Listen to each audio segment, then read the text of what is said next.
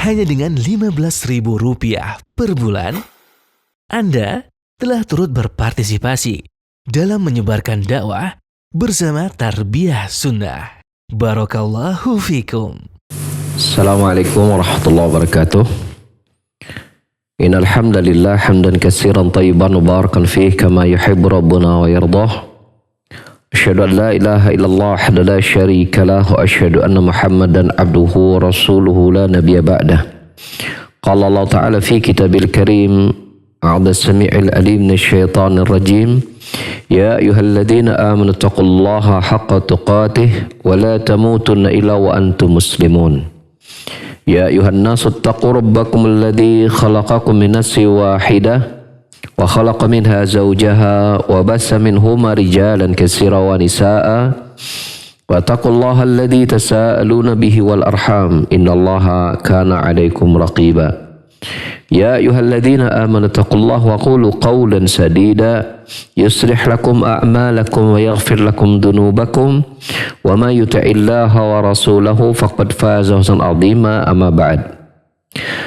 Bapak-bapak dan ibu-ibu, ikhwan maupun akhwat, para pendengar dan pemirsa yang bergabung di Tarbiyah Sunnah Media atau Tarbiyah Sunnah Channel, pada kesempatan sore hari ini kita akan melanjutkan kembali kajian kita tentang tafsir surah Al-Baqarah yang menginjak kepada ayat 103, di mana Allah Ta'ala berfirman, a'udzusyaitonir rajim, walau annahum amanu wattaqau lamasubatun min indillahi khair law kanu ya'lamun.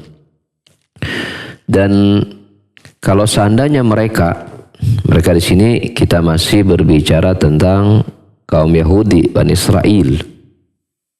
Dan kalau seandainya mereka beriman dan bertakwa,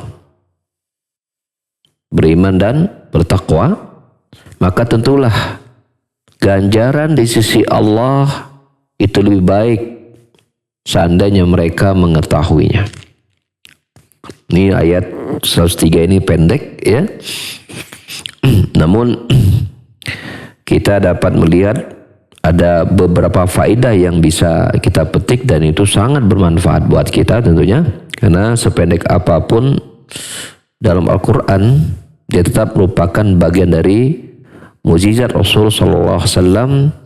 Dia merupakan bagian dari pengokoh keimanan kita, penggugah keimanan kita ya, bagi hati-hati yang keras yang dapat dilembutkan dengan Al-Quran sependek apapun ayat tersebut ya. Di mana Allah Ta'ala firman, kalau seandainya lau anzalna hadzal qur'ana ala jabalin la ra'aitahu khasy'an mutasaddian min khasyatillah.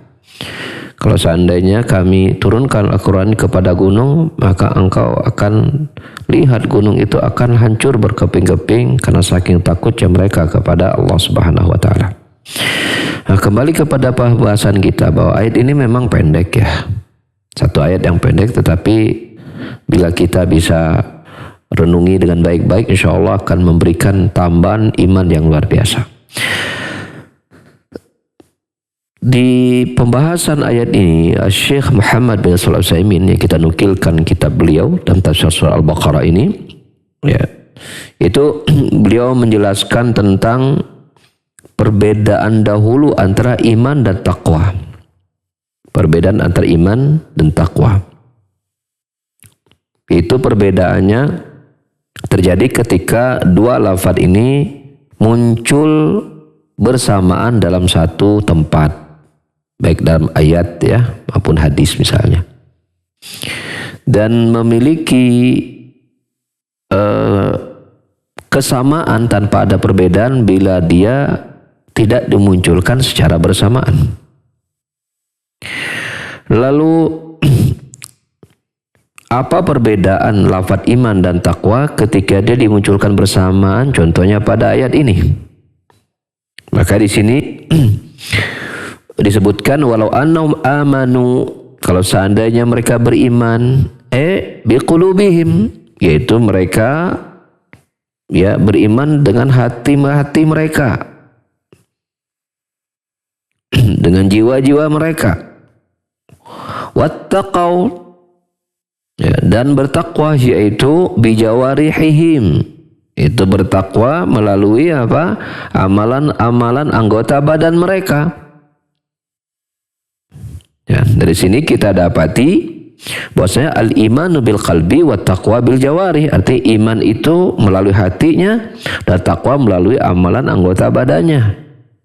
Jadi bila kita terjemahkan secara utuh ya berdasarkan tafsir di sini, kalau seandainya mereka beriman dengan hati mereka dan beramal dengan anggota badan mereka, nah begitu. Ya. Artinya melibatkan hati dan anggota badan mereka. Seperti itu. Ini perbedaan lafaz iman dan takwa bila dia muncul secara bersamaan. Namun menjadi makna yang sama ketika dia munculnya menyendiri satu dari yang lain atau munculnya tidak bersamaan. Maka ya al-iman syamilan litaqwa, sara al-iman syamilan litaqwa wa taqwa syamilatan lil iman. Maka jadilah ya iman itu mengandung makna takwa, pun sebaliknya takwa itu mengandung makna iman. Seperti misalnya Nabi mengatakan bahwasanya at-taqwa hahuna asyara ila qalbi atau ila sadri. Itu Rasulullah mengatakan bahwasanya iman takwa itu di sini. Takwa itu maksudnya dalam hati. Jadi lafaz takwa ya itu berbarengan dengan mana iman di situ. Sehingga disinilah ya menjadi sebuah kesepakatan dalam mendefinisikan mana iman yang itu otomatis juga mengandung mana takwa menurut akidah ahli sunnah wal jamaah, yaitu keyakinan ahli sunnah yang berpegang kepada sunnah Rasul wal jamaah, yaitu mengikuti apa menjadi warisan para sahabat tabi'in dan tabi'ut tabi'in. Bagaimana akidah mereka? Yaitu mana iman adalah at-tasdiqu ma'al qabul wal iz'an. Ya. Artinya mana iman itu adalah apa? Membenarkan, diikuti dengan penerimaan dan mengumumkan dalam bentuk apa bisa dilihat melalui amalan anggota badan. Itulah iman. Ya. Jadi sesuatu yang sebuah pembenaran ya dengan cara hati itu menerima dan amalan lahir baik lisan maupun kata badan itu membenarkan apa yang menjadi keimanan di dalam hati tersebut. Ya. Dari sinilah kita melihat bahwa konsekuensi iman itu melibatkan 3 amalan tadi, amalan hati, amalan lisan, dan amalan anggota badan. Yang kadar kualitas iman seseorang itu tergantung seberapa besar mereka menyempurnakan ya 3 amalan yang melibatkan tergantung sesempurna apa mereka menyempurnakan amalan yang melibatkan hati, lisan, dan anggota badan. Sehingga tidak bisa kita mengatakan bahwasanya oh orang itu imannya tinggi barjang amalannya tidak ada. Ya. Atau kita mengatakan itu orangnya orang bertakwa tuh sambil kita lihat hatinya busuk misalnya. Atau tuh orang itu orang soleh tuh, tapi kita lihat amalan lisannya kacau. Maka ini berpengaruh kepada penilaian ya kesempurnaan iman yang ada pada diri seseorang. Oleh karenanya kadar keimanan seorang mukmin itu tergantung dari kadar amalan dari 3 aspek tadi, yaitu semakin sempurna dia mengamalkan amalan hati, lisan, anggota badannya, maka semakin sempurna kadar keimanan yang dia miliki. Seperti itu. Itu definisi iman. Lalu apa definisi takwa? Ya, definisi takwa adalah ittikhadu wiqayatin min adabillah. Wa dzalika bi fi'li awamirillahi wa ijtinabi nawahihi. Ya. At-taqwa di sini adalah ya membuat benteng agar selamat dari azab Allah, yaitu dengan cara mengerjakan perintah-perintah Allah dan meninggalkan larangan-larangan Allah. Ya. Dan ini merupakan definisi takwa yang jami', yang paling jami', yang paling komprehensif ya, yang paling menyeluruh. Walaupun ada sebagian para ulama yang mendefinisikan takwa adalah anta amala bi ta'atillahi ala nurin minallah tarju sawab Allah wa anta tatruka ma'siyatallahi ala nurin minallahi takhsha iqabillah. Sebagian mereka mendefinisikan takwa adalah engkau melakukan suatu amalan ketaatan kepada Allah di atas cahaya dari Allah sambil mengharapkan ganjaran pahala dari Allah Jalla wa'ala. Dan engkau meninggalkan maksiat ya kepada Allah di atas cahaya dari Allah, disertai dengan rasa takut atau didasar dengan rasa takut akan hukuman Allah Jalla wa'ala. Ya, ini juga definisi takwa dari sisi yang lain. Sebagian mereka memberikan ta'rif takwa, ya, definisi takwa itu berupa susunan-susunan kata yang seperti syair. Mereka menartikan takwa adalah ya khalid dzunuba saghiraha wa kabiraha daka tuqa. Hilangkanlah noda-noda dosa, baik dosa itu kecil maupun dosa besar. Itulah hakikatnya takwa. Jadi takwa di sini diawali dengan susunan syair di sini adalah apa? Dihilangkan, dijauhkan seluruh dosa-dosa baik yang kecil maupun besar. Artinya bila itu dilakukan maka tentu ya, taubat merupakan amalan yang menggugurkan dosa. Diri dengan amal-amal ketaatan. Nah, yang pertama adalah ya, hilangkan dosa-dosa kecil maupun besar. Itulah takwa. Artinya dengan cara bertobat tentunya, meninggalkan maksiat tersebut. Wa'mal, lalu wa'mal, beramalah kamashi fauqi ardi syauqi yahdaru mayara. Lalu beramallah seperti amalan seseorang yang berjalan di atas tanah yang berduri atau jalan yang penuhi duri, ya, dengan waspadaan yang penuh terhadap apa yang dia lihat di hadapannya. Wala taqiranna saghiratan innal jibala minal hasa. Dan janganlah engkau meremehkan dosa sekecil apapun, karena ingatlah sesungguhnya namanya gunung itu terdiri dari butiran-butiran batu kecil. Artinya jangan remehkan dosa kecil, karena kelak nanti dia akan menjadi dosa besar. Seperti itu. Maka di sini kita lihat bahwasanya sebagian ulama mendefinisikan takwa itu betul-betul mewaspadai ya amalan-amalan maksiat. Bila memang itu terjadi, diri dengan taubat dan melakukan berbagai macam amalan taat. Ya.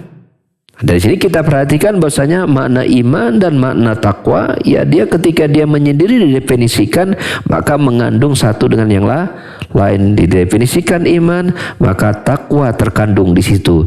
Didefinisikan takwa, maka iman terkandung di situ. Adapun ketika bertemu dalam satu tempat, contohnya dalam ayat ini, kalau seandainya Bani Israel itu Yahudi tadi mereka mau beriman dan bertakwa, artinya mereka beriman dengan hati mereka, menerima kebenaran datang melalui dengan hati mereka. Wa taqwa, lalu mereka bertakwa yaitu melakukan amalan-amalan ketaatan melalui anggota badan. Ya, tentu di situ ya dia menghindar juga dari perbuatan-perbuatan dosa yang muncul, yang hadir melalui amalan anggota badan pula.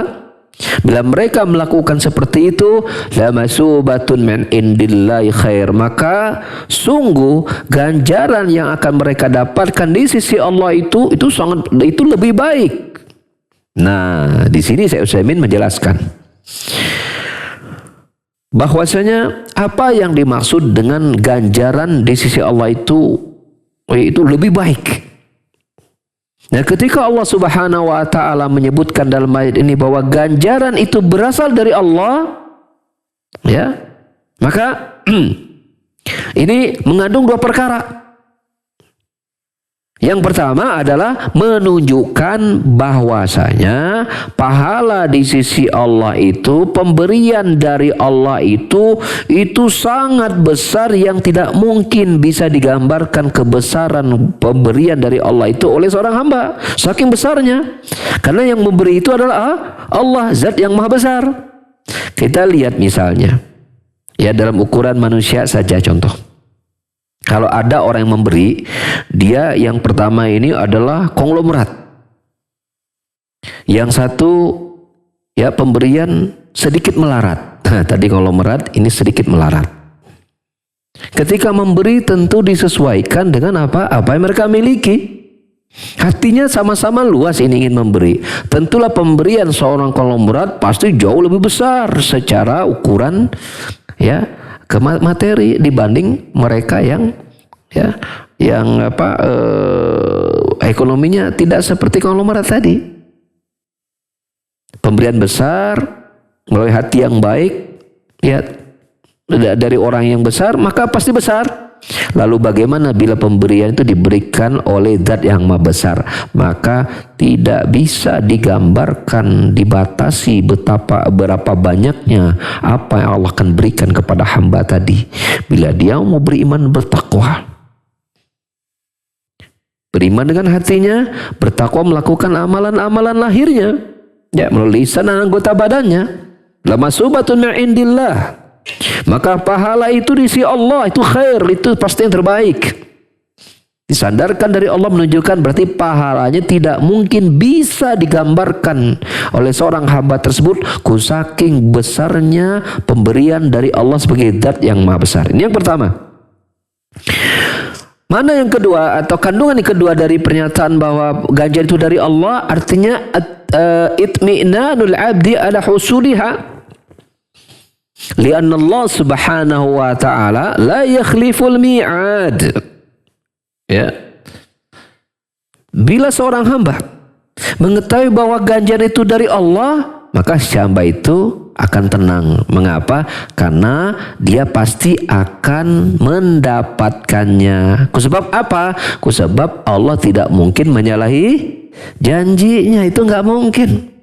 Maka kita simpulkan dari dua kandungan perkara ini dengan bentuk begini, bahwa kalau seandainya mereka mau beriman dengan hati mereka dan beramal amal ketakwaan melalui amalan anggota badan mereka, baik lisan maupun anggota badan yang terlihat tadi, maka ya mereka akan mendapatkan pahala yang sangat besar yang tidak bisa mereka bayangkan besarnya pahala tersebut si Allah, dan itu pasti.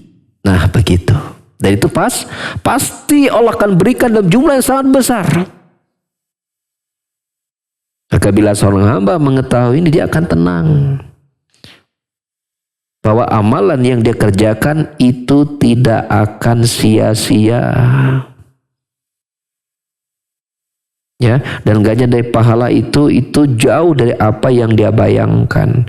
Beda dengan manusia ketika melakukan suatu pekerjaan, ya dibalas sesuai pekerjaan dia. Ya, akadnya kerja 7 jam, kerja seperti ini, dapat upah sekian, udah sebesar itu. Kalaupun dia nambah jam, ya nambahnya sesuai dengan 1 jamnya berapa. Itu. Adapun apa yang Allah balas dari amalan manusia itu berlipat-lipat sampai pada jumlah yang tidak terbatas. Tapi terbatas. Ya. Ini merupakan busyra ya lil mu'min, kabar gembira bagi orang beriman, bahwa apapun amalan yang mereka kerjakan, balasan dari Allah Subhanahu wa taala itu sangat besar, itu pasti. Selama ya syarat-syarat diterimanya ibadah oleh Allah itu dia apa? Dia penuhi. Apa itu syaratnya? Yang pertama memang ikhlas karena Allah. Dia betul-betul melakukan itu karena Allah dan ingin meraih ganjaran sisi Allah yang Allah janjikan tadi. Yang kedua apa? Ittiba' Rasul. Dia mengikuti Rasulullah SAW dalam mempraktekkan amalannya tersebut. baik amalan hati, lisan maupun anggota badannya. Melihat praktek Rasul. Karena Allah Subhanahu wa taala mensyaratkan amalan yang Allah terima itu kalau sesuai dengan amalan Rasul yang Allah Subhanahu wa taala utus, yaitu Nabi kita Muhammad sallallahu alaihi wasallam. Sebagaimana Rasulullah sallallahu sendiri bersabda, "Man amila amalan laisa alaihi amrun fahuwa rad." Barang siapa yang melakukan suatu amalan apapun, ya, dari sisi jumlahnya, bentuknya, waktunya, tempatnya, ya, bila tidak sesuai dengan perintahku, berarti perintah dari Allah pula, maka amalan tertolak. Mardudun ala fa'ilihi, dikembalikan kepada pelakunya, tidak akan sampai kepada Allah walaupun pelakunya meniatkan dia mendapatkan apa? Yang terbaik. Rasulullah SAW memberikan batasan, ikut Rasul dan mengamalkannya. Tidak sebatas cukup karena Allah saja, ikut Rasul pun sebaliknya. Syarat ini juga tidak saja disyaratkan ikut Rasul saja lalu kemudian keikhlasan tidak mendasari amalan tersebut, ya. Nah, inilah yang kemudian menjadi PR setiap orang beriman. Setiap kali Allah Subhanahu wa taala, ya, memberikan mereka hidup di tiap harinya, dalam tiap amal yang mereka kerjakan, selalu itu yang mereka urus. Dan itulah yang menjadi pengujian terbaiknya amalan mereka. Ya, Al-Muluk ayat yang kedua, Allah Ta'ala berfirman, "Alladzi khalaqal mauta wal hayata liyabluwakum ayyukum ahsanu amala." Dialah Allah yang telah menciptakan kematian dan kehidupan untuk menguji siapa di antara kalian yang paling paling baik amalnya. Allah tidak menyatakan yang paling banyak amalnya, bukan. Tapi yang paling baik amalnya, ya apalagi banyak gitu kan. Apa pengertian baik amal di sini? Itu Allah menguji mereka. Maka berkata Fudail bin Iyad, ya seorang ulama tabi'in, maksudnya mereka yang paling ikhlas dan yang paling benar. Dan tidak dikatakan ikhlas kecuali bila mengharapkan pertemuan dengan memandang wajah Allah pada hari kiamat, dan tidak dikatakan benar kecuali bila dia mengikuti Nabi sallallahu alaihi wasallam. Nah, dua perkara ini Allah menguji amalan seorang hamba, dia terbaik atau bukan. Ikhlas berarti dia bertempur dengan jiwanya, hatinya ketika dia beramal karena Allah atau bukan. Sedangkan benar, dia berusaha untuk menambah ilmu bagaimana Rasulullah SAW mengajarkan praktek-praktek agama ini, lalu kemudian dia ikuti. Maka dia terus belajar menambah bagaimana Rasulullah beramal ini dan itu. Ya, bila kemudian dia telah bertambah ilmu tentang tersebut dan dia amalkan, tinggal tersisa PR-nya bagaimana dia menjaga keikhlasan dalam amalnya tersebut. Ya. Para jamaah sekalian yang semoga Allah Subhanahu wa taala rahmati kita semua. Ayat ini kita juga perhatikan bahwasanya Allah Subhanahu wa taala menyebutkan bahwa pahala di sisi Allah itu khairun, lebih baik. Lebih baik. Nah, lebih baik di sini yaitu artinya apa? Itu tidak disyaratkan apapun, dan pengertian bahwa itu lebih baik itu dari berbagai macam perkara. Artinya apa? Artinya bila mereka telah beriman dengan hati dan beramal, maka pasti, ya, pasti janji Allah itu dengan paling besar Allah beri kepada mereka, dan itu yang terbaik mengalahkan apapun yang mereka miliki di dunia. Pasti itu. Apa yang Allah janjikan di sisi Allah itu pasti jauh lebih baik daripada apa yang dimiliki oleh dunia.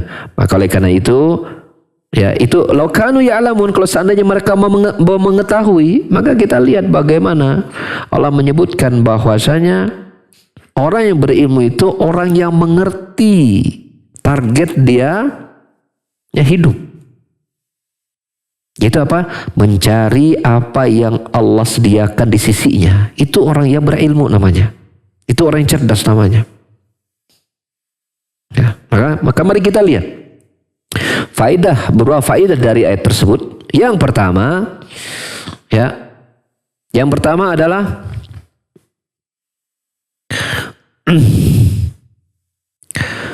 sa'atu hilmillah yaitu luasnya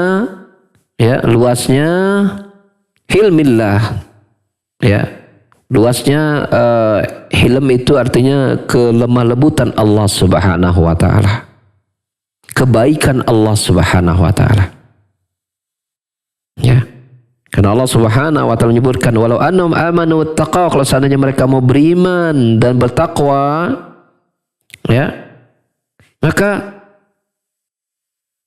artinya Allah Subhanahu wa taala akan apa? Ampuni dosa-dosa mereka yang telah lalu. Allah berikan taufik kepada mereka untuk terjaga dari dosa-dosa yang akan datang. Setiap kali ada amalan-amalan yang sangat berbahaya, sangat besar dosanya, Allah selalu datangkan bentuk karunia-Nya adalah apa? Ditawarkan dulu bertaubat, mau bertaubat atau tidak. Contoh misal, ya kita lihat tentang kisah dalam soal Buruj, ya. Dalam soal Buruj. Ya, ketika kita lihat bahwasanya di zaman sebelum Nabi kita Muhammad SAW itu ada kaum yang beriman, ya, yang imannya mereka itu karena dakwah seorang pemuda, ya, seorang pemuda yang yang dengan izin Allah Subhanahu wa taala, ya, dia tidak bisa pada saat itu ada pemimpin yang zalim yang menyatakan dirinya Tuhan, senjata sesembahan, ya. Lalu pemuda ini kemudian diizin Allah Subhanahu wa taala belajar agama yang benar dan seterusnya. Singkat cerita, pemuda ini ditangkap, ya, karena telah membawa ajaran pemahaman yang berbeda dari raja tersebut, ya. Namun beberapa kali dia misalnya dilemparkan dari gunung, jatuh nggak mati. Dan pengertian Allah Subhanahu wa taala, ya, jadikan para tentara yang mengawal pemuda ini justru mereka yang Allah goyangkan gunung, maka justru tentara-tentara ini yang berjatuh dan mati. Dibawa ke laut, ya, dibawa ke laut. Ternyata para tentara yang mengawalnya juga mati di laut. Pemuda ini hidup. Dan pemuda ini mengatakan, kamu bisa membunuhku dengan cara adalah, disebutkan, kumpulkan seluruh manusia. Ya, kemudian simpan aku di palang kayu, lalu kemudian engkau panah aku, suruh raja itu untuk memanah diri tepat di bagian keningnya. Saya membaca Bismillah Rabbi hadal ghulam. Ucapkan Bismillah dengan nama, ya, Bismillah Rabbi hadal ghulam, dengan nama Robnya pemuda ini. Maksudnya Allah Subhanahu wa taala. Dilakukan, dan ternyata si raja ini melakukan apa yang disarankan pemuda dan pemudanya mati. Tapi lihat manusia akhirnya apa? Beriman kepada apa yang didakwai oleh pemuda ini secara berbondong-bondong. Raja murka. Dan akhirnya apa? Membuat sebuah pari yang sangat besar, lalu menyediakan batu kayu bakar yang sangat banyak, kemudian dilempar satu persatu orang-orang yang beriman. Sampai-sampai ada seorang ibu yang menggendong bayinya, khawatir terhadap bayinya, maka bayinya Allah izin berbicara dan menguatkan ibunya untuk, ya, istiqomah di jalan Allah Subhanahu wa taala, dan mati bersama bayinya, ya, dan kala dibakar. Dari sini Allah sebutkan kisah itu soal Buruj. Kata Allah Subhanahu wa taala, innal ladzina qafatanul mu'minul mu'minat. Sesungguhnya orang-orang yang memberikan fitnah kepada orang beriman dan wanita mukminah, yaitu raja dan para tentaranya tadi, yang kemudian mereka membakar hidup-hidup orang beriman. Apa kata Allah? Ya, sesungguhnya mereka yang memberikan ujian kepada orang beriman dan wanita mukminah itu, summa lam yatubu, kemudian mereka tidak bertobat. Nah, falahum adabu jahannam, maka mereka akan mendapatkan adab yang pedih. Artinya kalau ternyata mereka setelah melakukan perbuatan tapi mereka bertobat, Allah akan maafkan dosa-dosa mereka dan mereka akan selamatkan dari adab yang pedih. Lihat, sebegitu hebatnya amalan mereka, Allah dengan luasnya rahmat yang ada di Allah Subhanahu wa taala, Allah masih menawarkan pertobatan kepada siapapun manusia melakukan dosa apapun. Sebelum mereka mati, Allah tawarkan dulu. Tapi bila tidak berhenti dan terus dan tidak bertobat dan terus dengan amal tersebut, maka adab Allah menanti mereka. Ya, bahkan ada yang Allah segerakan di dunia, kalau tidak pasti adab di akhir itu pasti lebih besar. Nah, dari sini kita pahami bahwasanya dosa sebesar apapun tidak akan bisa mengalahkan luasnya rahmat Allah Subhanahu wa taala.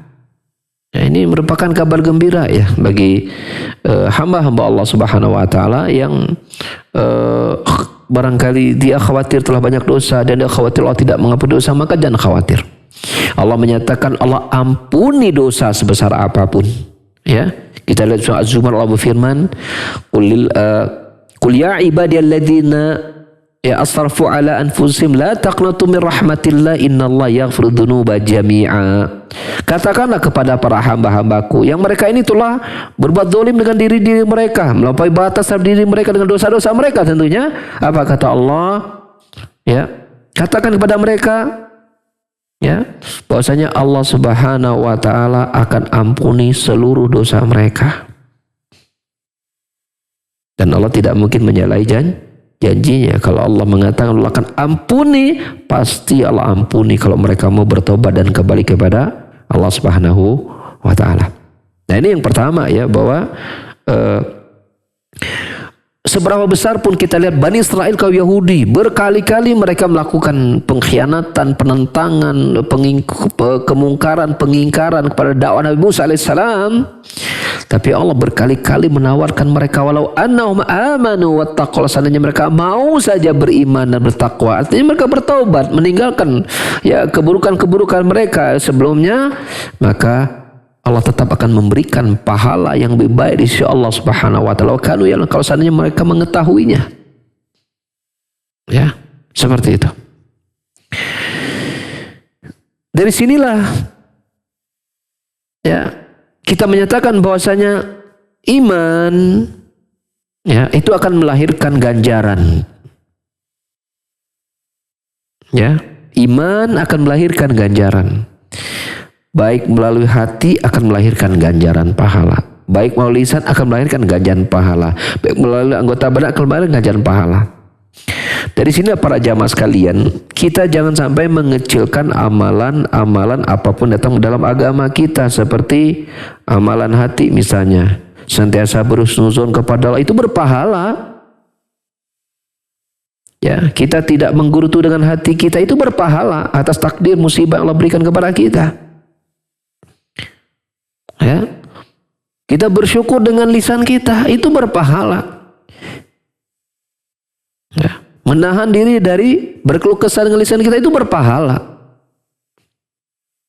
Jadi demikian banyaknya amalan-amalan ketaatan yang bisa kita lakukan ya, dengan melibatkan 3 aspek tadi, lisan, hati, lisan, anggota badan. Oleh karenanya kita jangan sampai mengecilkan nilai itu, seolah-olah kita dianggap beramal itu kalau kita mengekspresikannya dengan anggota badan kita saja. Tidak. Lisan yang selalu berzikir juga amalan yang besar. Hati yang selalu takut kepada Allah itu juga amalan besar. Hati yang selalu berbaik sangka kepada Allah Subhanahu wa taala juga amalan besar. Hati yang selalu takut kepada Allah amalan besar. Hati yang bersandar bertawakal kepada Allah juga amalan besar.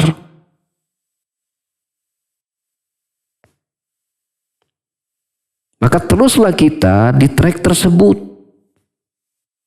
Karena setiap ada nilai iman di situ, pasti yunalu bihi sawaballah, dia akan mengundang ganjaran pahala dari Allah Subhanahu wa taala. Kalau menyatakan demikian tadi, walau annahum amanu, kalau seandainya mereka mau beriman, melakukan amal keimanan, lamasubatun min indillahi khair, bahwa sungguhnya ganjaran di sisi Allah itu lebih baik. Artinya Allah menyediakan pahala yang besar buat mereka.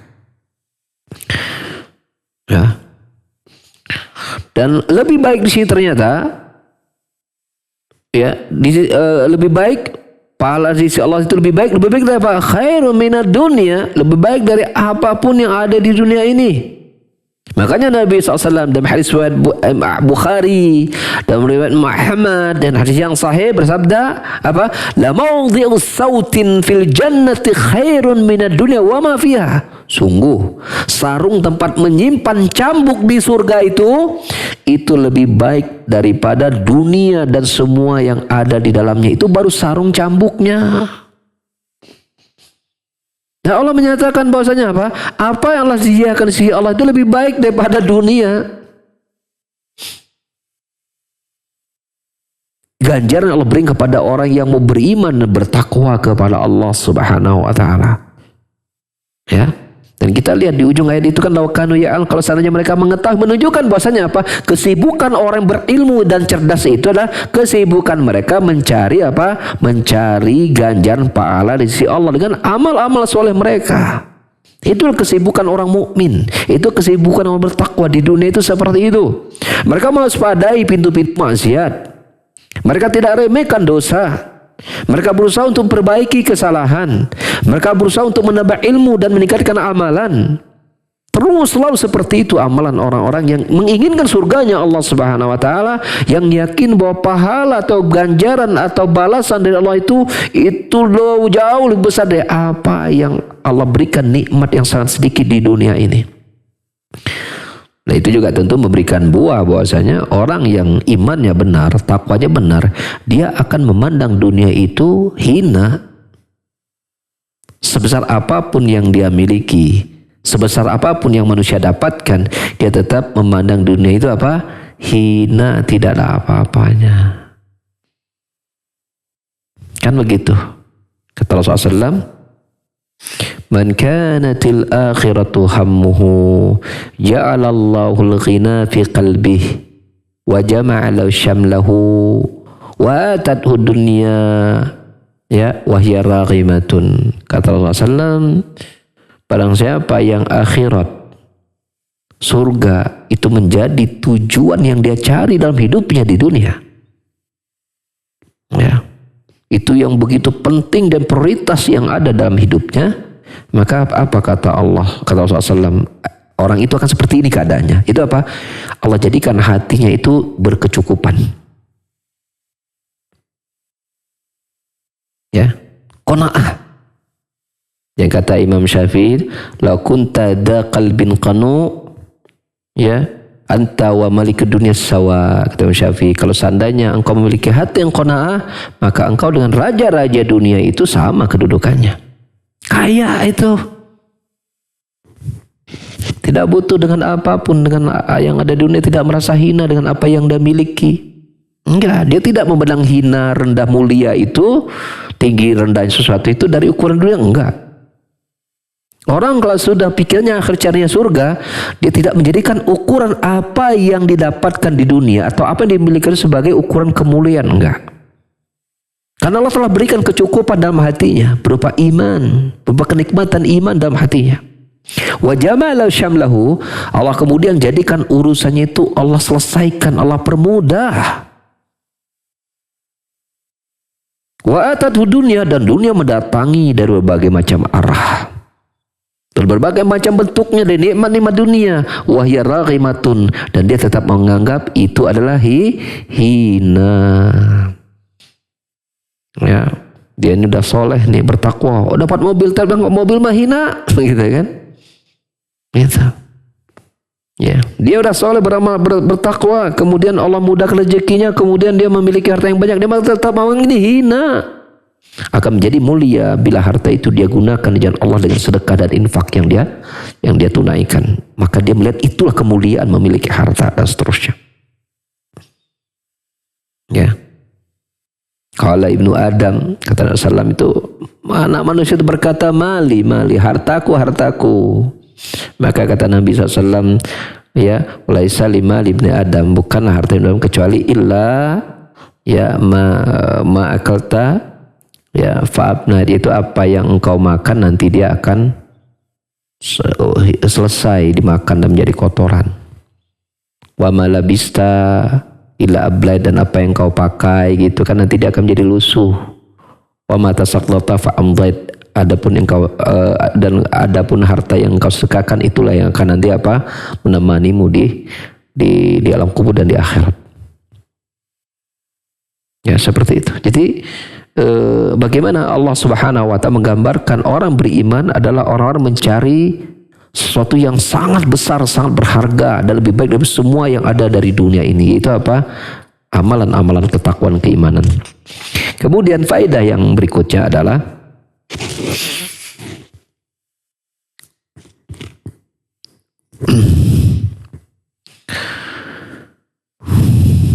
bahwasanya takwa merupakan amalan soleh. Takwa itu adalah amal soleh itu sendiri. Ya, di sini kita lihat tafsir dari takwa tadi adalah amalan yang melibatkan anggota badan gitu kan. Dalam konteks yang lain Allah sebutkan soal Al-Qasas 80, ya wailakum sawabullahi khairul liman amana wa amila salihah. Ya. ketika sampai dakwah kepada Qarun, celakalah kalian. Sungguh pahala sisi Allah itu lebih baik bagi orang yang beriman dan melakukan amal soleh. Maksudnya ketakwaan di situ. Maka mana takwa diartikan amalan soleh yang melalui anggota badan di sini konteksnya ya, seperti itu. Jadi artinya para jamaah sekalian, kita tidak bisa berbicara tentang nilai kesempurnaan iman dan ketakwaan bila kita hanya berhenti pada amalan hati saja. Lalu kemudian kita tidak menyempurnakannya dengan melalui amalan lisan dan anggota badan. Harus itu kita juga tampilkan ya. Tampilkan. Kalau sekedar iman dalam hati saja itu tercela bila tidak melahirkan amal soleh, lalu bagaimana orang yang hanya memandang agama ini sebagai sebuah wawasan doang, hanya sebagai sebuah olah pikir saja. Ya, kalau bicara tentang agama dia menguasai dan itu, tapi kita lihat dia tidak menerima itu sebagai sebuah kebenaran dalam hatinya. Tapi Allah tahu. Dia berbicara tentang agama, dia bisa, tapi tidak berbuah menjadi sebuah amalan yang terwujud gitu kan, seperti itu. Dia menganggap bahwa menguasai ilmu agama itu bagian dari sebuah wawasan saja gitu kan. Maka ini sungguh cilaka orang seperti ini ya, dan billah. Faedah yang terakhir dari ayat ini bahwasanya anna fi'laha ulil yahud wa ikhtiyarahum lima fihi al-kufur min ta'lumis sihr fi'lul jahil. Nah, kita sudah bahas bahwasanya ayat-ayat sebelumnya berbicara tentang apa? Tentang amalan sihir. Wattaba'u ma tatlu syayatin ala mulki Sulaiman wa ma kafara Sulaiman walakin syayatin kafaru yu'allimuna sihra wa ma unzila al-makal bi babil harut wa marut wa ma yu'allimuna ahadan hatta yaqina man ahfina fa takfur, dan seterusnya. Ya, tentang amalan sihir yang dipelajari oleh Yahudi. Ya, kita sudah bahas pada ayat sebelumnya. Nah, sesungguhnya amalan mereka itu amalan kufur, bukan amalan soleh. Ya, mempelajari sihir dan mempelajari sihir dan mempraktekkan sihir ini merupakan amalan kebodohan. Amalan kebodohan. Ya. Karena ini amalan yang dari syaitan. Ya, merusak manusia. Dan tujuan syaitan adalah ingin agar manusia binasa, celaka, saling berperang antar mereka. Maka tunggu inilah dari kebodohan, bukan dari hasil ilmu. Adapun ilmu mengajak kepada kesatuan, persatuan, kedamaian, itu ilmu. Nah, itu adalah ilmu. Dan oleh karenanya, ya salah satu bentuk amalan yang didasari oleh ilmu adalah apa? Kita berusaha untuk menjaga jangan sampai satu kita dengan yang lain itu saling berselisih. Ya, saling menjauh dan seterusnya. Ini harus berusaha untuk kita waspadai, karena salah satu tipu dari syaitan adalah tahrish bainal mukminin, yaitu apa? Memecah belah kaum mukminin, kaum muslimin. Itu termasuk salah satu dari tujuan syaitan kepada orang beriman, memecah belah antar mereka. Ya. Inna syaitan, kata Nabi SAW, hadis Muslim, inna syaitan qad ya isa ayyubadu fil Arab. Sesungguhnya syaitan itu telah berputus asa untuk disembah di jazirah Arab. Artinya ketika kaum mukminin ada di Arab itu mereka bertauhid kepada Allah, tidak berbuat syirik. Walakin tasyiban, tapi tidak berputus asa untuk apa? Memecah belah kesatuan mereka. Itu enggak pernah putus asa. Apalagi di masa sekarang, di orang-orang Arab yang ada sekarang, termasuk kaum muslimin yang di luar Arab seterusnya. Maka syaitan dengan fasilitas yang mudah sekarang, itu mudah untuk memecah belah kaum muslimin. Maka waspadalah. Allah a'lam bishawab. Demikian, barangkali kalau masih ada pertanyaan, kita buka sesi tanya jawab. Ya, barakallahu fikum. Baik, syukran Ustaz atas pemaparan materi yang telah disampaikan. Dan ikhwati iman azanillah wa iyyakum, para pendengar dan pemirsa dimanapun antum berada, kami berikan kesempatan kepada antum yang akan bertanya langsung kepada Ustaz di sesi tanya jawab ini. Silahkan antum bisa bertanya langsung kepada Ustaz melalui line telepon di nomor 02286862637 ataupun bisa melalui pesan singkat ke nomor 081122714776. Sekali lagi silakan bisa memakai line telepon di nomor 0226862637 bagi antum yang akan bertanya langsung kepada Ustadz, ataupun bisa mengirimkan pertanyaannya melalui line telepon melalui nomor handphone di nomor 081122714776. kita akan bacakan pertanyaan melalui pesan singkat Ustadz dari Abu Halim. Ustadz, mohon penjelasannya, bolehkah kita berniat untuk kepentingan dunia atas amal-amal kita? Contoh, bersedekah agar mudah mendapat rezeki pada pekerjaan kita. Silakan Ustaz. Ya, baik, Masya Allah, ya Masya Allah. Baik. Ya.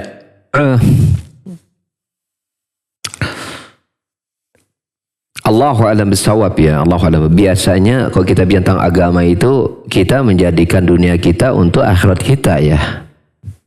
Biasanya kan begitu ya. Ini pertanyaannya, bolehkah kita melakukan amal soleh untuk mendapatkan dunia kita ya? Kalau dari situ tujuannya, tentulah ini tercela ya.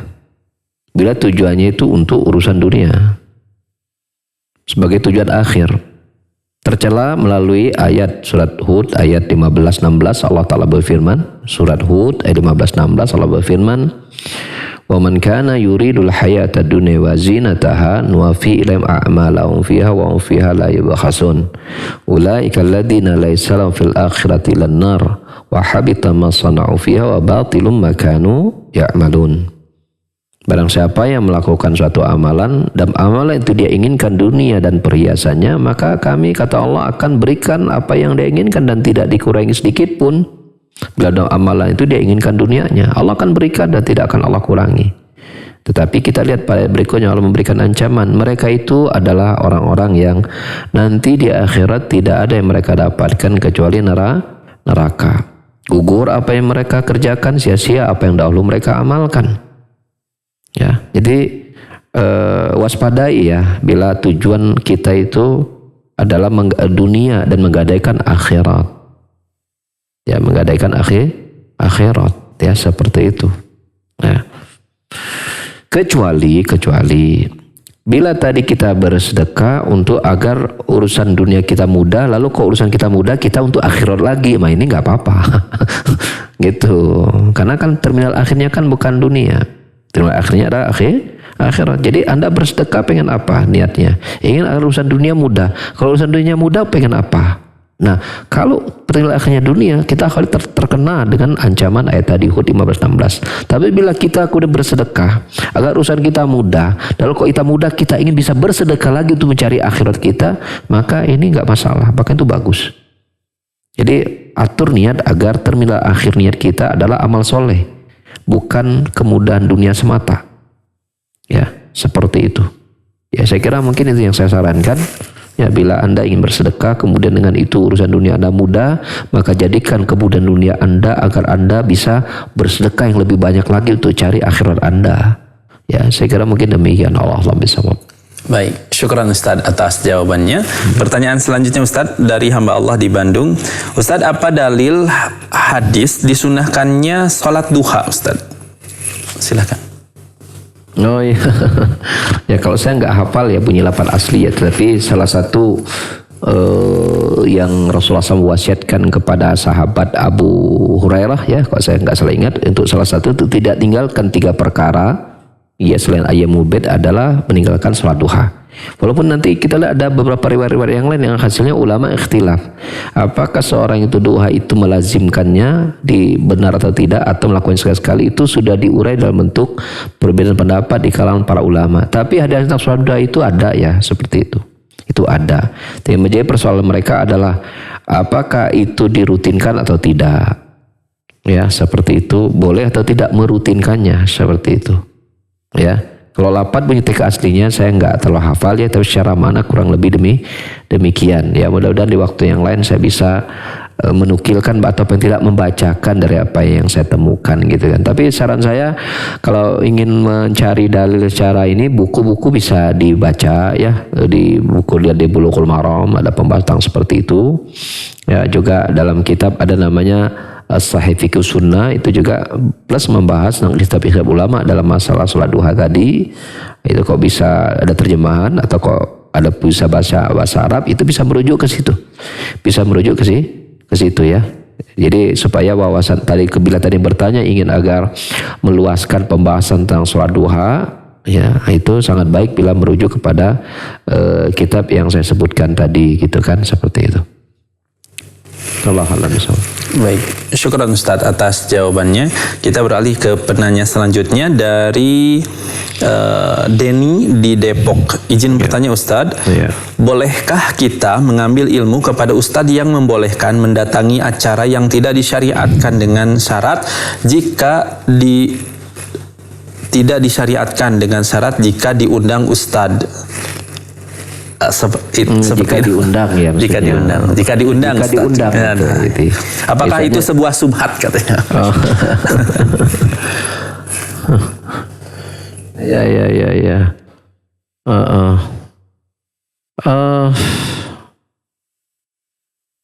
Memang banyak ya beberapa dalil ya, bisa ayat ya secara umum, misalnya Allah melarang kita untuk duduk di suatu majelis yang di situ mereka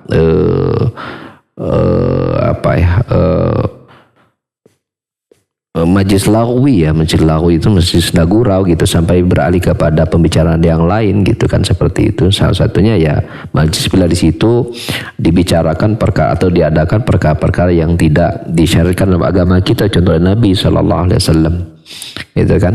Lalu bagaimana situasinya bila kita memang sengaja diundang gitu kan, seperti itu. Maka kita lihat masalah mudarat. Bila seandainya kita datang tersebut, kita bisa, tentu kita lihat ini sebuah hal yang kemungkaran misalnya ya. Maka kalau kita bisa kemudian memberikan berdakwah di situ, menjadikan dia sarana untuk kita ingatkan perkara tersebut, maka itu pasti yang terbaik. Itu kalau mampu, biasanya susah.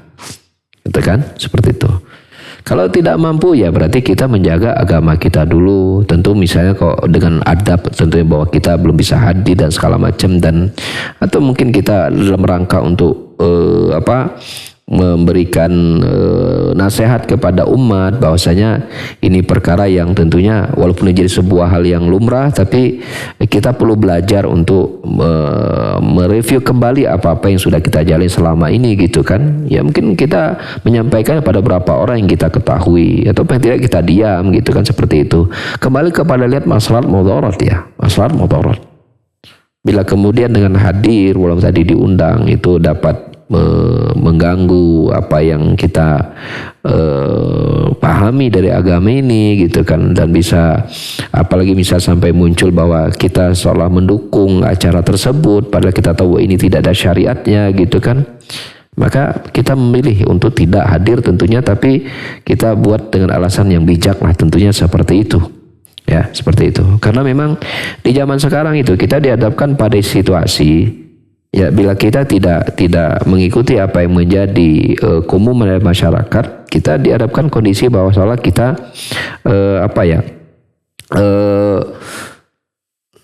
mendapatkan tuduhan-tuduhan tertentu seperti itu gitu kan. Maka kita membutuhkan ada namanya ilmu dan kesabaran ya menghadapi kondisi-kondisi seperti itu. Ya, bila kita lihat ini ada kita memutuskan bahwa ini ternyata banyak sisi hal yang positif yang untuk bisa kita ambil nih, maka kita datang, ada sisi tadi positifnya datang. Tapi kalau kita melihat bahwa keterbatasan ilmu, kemudian kondisi kita juga susah segala macam, kita juga lagi belajar, ya maka tidak kita hadiri, tapi dengan cara yang bijak, bagian dari proses kita untuk sedikit demi sedikit ya, untuk dengan komunikasi yang baik kita belajar untuk mengedukasi ya orang-orang yang kita kenal, walaupun belum tentu juga pada saat itu mereka mungkin menganggap hal-hal yang tadi muncul tidak dari itu, ya kita sabar, ya. Justru dengan kita istiqomah pada suatu pandangan kita itu menjadi nilai dakwah tersendiri, walaupun penerimaan atau persetujuannya itu membutuhkan waktu ya, membutuhkan waktu seperti itu. Allah lebih sawab. Terakhir kalau ada. Baik, syukran Ustadz atas jawabannya. Pertanyaan terakhir Ustadz dari Ummu Atta, beliau bertanya, Ustadz selalu terbayang-bayang atas dosa-dosa yang pernah dilakukan dahulu. Adakah doa agar tidak terbayang-bayang hal tersebut Ustadz? Silahkan. Iya, insyaallah ya. Iya. Menghilangkan bayangan dosa di masa lalu ini, menghilangkan rasa-rasanya mustahil ya. Karena selama kita hidup namanya pikiran terhadap masa lalu itu pasti ada saja, apalagi bila itu ada dosa. Di saat kita di saat kita bertobat, mesti bayangan itu sulit untuk hilang. Sulit untuk hilang itu. Itu pasti bayangan selalu ada gitu kan di pelupuk mata kita gitu. Seperti itu. Ya. Cuma adalah bagaimana kita mensikapi ketika dia datang. Ya, apakah membuat kita menjadi putus asa akan rahmat Allah, ampunan Allah? Maka ini keliru. Ya. Ataukah kita menjadikan dia sebagai sebab untuk memacu kita untuk ya melakukan amal ketaatan dan berusaha untuk melupakannya karena kita ganti dengan amal kebaikan, dan ini yang diharapkan. Ya. Ataukah membuat kita jadi tidak bersemangat, ya, karena rasa-rasanya kayaknya percuma kalau saya beramal soleh juga dengan melihat dosa di masa lalu. Maka ini merupakan tipu daya syaitan. Ya, karena salah satu tipu syaitan adalah liyahzunal ladzina amanu.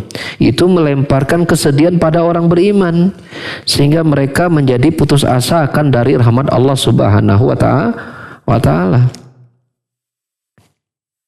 Ya. Allah Subhanahu wa taala diskusi ya bersabda secara mana aznaba abdi dzamban, hamba aku itu melakukan suatu dosa dan dia mengetahui dia memiliki Rabb yang akan mengampuni dosanya, maka dia bertobat kepada Allah mengampuni dosanya. Dia mengulang lagi di waktu yang lain, tapi dia tahu bahwa Allah mengampuni dosa, dia bertobat lagi, Allah ampuni dosanya, Allah terima tobat dan dia seterusnya begitu. Artinya kapanpun seorang hamba itu mau bertobat kepada Allah, Allah akan selalu datangkan ampunannya.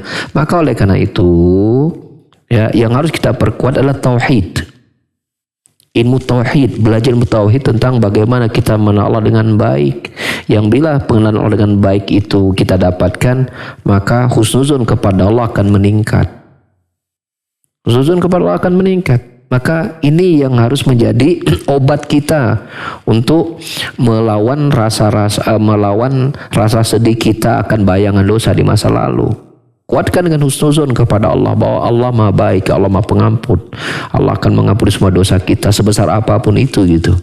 Ya, tinggal kita isi waktu-waktu kita dengan amal ketaatan, istighfar yang tidak henti gitu kan, seperti itu. Kita harus berubah menjadi manusia yang baru. Ya, mengisi lembaran hidup kita dengan ya catatan-catatan kebaikan. Dan yakinlah oleh kita bahwasanya kita berbuat dosa itu pun bagian dari apa yang Allah telah takdirkan, sebagaimana ketika Allah menginginkan kita berubah, ini bagian dari takdir Allah Subhanahu wa taala. Ya. Dan Allah Subhanahu wa taala berkuasa untuk mengatur segalanya, maka kembalikan semua urusan kita kepada Allah Subhanahu wa taala yang telah mengatur urusan kita semua melalui perjalanan takdir yang kita miliki atau yang telah kita jalani. Ya. Pertahankan itu, ya, pertahankan sikap husnuzon kita kepada Allah. Sibukkan diri dengan beramal, belajar dan beramal, gitu kan. Jangan selalu terkungkung mikirin masa lalu, dosa yang terlalu membayang selalu, makanya tidak akan memberikan banyak manfaat. Kita merenung sedih akan dosa kita masa lalu, kemudian kita berdiam diri saja, makanya tidak memberikan manfaat. Kita khawatir itu membuat kita lesu untuk beramal soleh dan melahirkan sikap pesimistik seolah bahwa Allah tidak mungkin mengampuni dosa kita dan memasukkan kita ke surga. Maka ini merupakan tipu daya syaitan. Ya. Banyak berdoa kepada Allah agar Allah berikan kita istiqomah. Ya, banyak doa kepada Allah Zat Maha Pengampun, bangun di malam hari di saat manusia tidur. Ya, minta ampun kepadanya, karena orang beriman itu Allah sifati bahwa wabil ashari hum yastaghfirun. Di waktu-waktu sahur itu di penghujung malam mereka bangun bersifar meminta ampun kepada Allah Subhanahu wa taala. Ya, ingat Allah berkata, Allah pasti ampuni dosa-dosa kita. Tinggal seberapa kuat kita meyakini itu perlu pertolongan dengan doa-doa kita kepada Allah. Itu perlu kita berilmu dan terus belajar tentang tauhid kita kepada Allah Subhanahu wa taala. Itu perlu pada amal-amal ketaatan kita yang lain untuk menguatkan itu, ya. Dan semoga kebiasaan kita terhadap suatu amal kebajikan yang telah kita bangun dan menggantikan amalan di masa lalu itu menjadi sebab Allah jadikan akhir kehidupan kita husnul khatimah. Karena Allah Subhanahu wa taala berfirman, ya alladzina amanu taqullaha haqqa tuqatih wa la tamutunna illa wa antum muslimun. Wahai orang yang beriman, bertakwalah kepada Allah dengan sebenar-benar takwa dan jangan wafat kecuali dalam keadaan apa? Berserah diri kepada Allah. Artinya, dan janganlah kalian wafat kecuali dalam keadaan apa? Ketakwaan yang telah kalian bangun selama ini. Matilah dalam keadaan istiqomah serta takwa. Maka Allah masih kita beri hidup, maka isi dengan aman ketakwaan, istiqomah di atasnya, dan mudah-mudahan Allah wafatkan kita dalam keadaan kita melakukan ketaatan kepadanya dengan hati yang bersih, dengan hati yang ikhlas. Amin Allahumma amin. Subhanakallahumma hamdika asyhadu an la ilaha illa anta astaghfiruka wa atubu ilaik. Wa akhiru da'wana alhamdulillahirabbil alamin. Wassalamualaikum warahmatullahi wabarakatuh.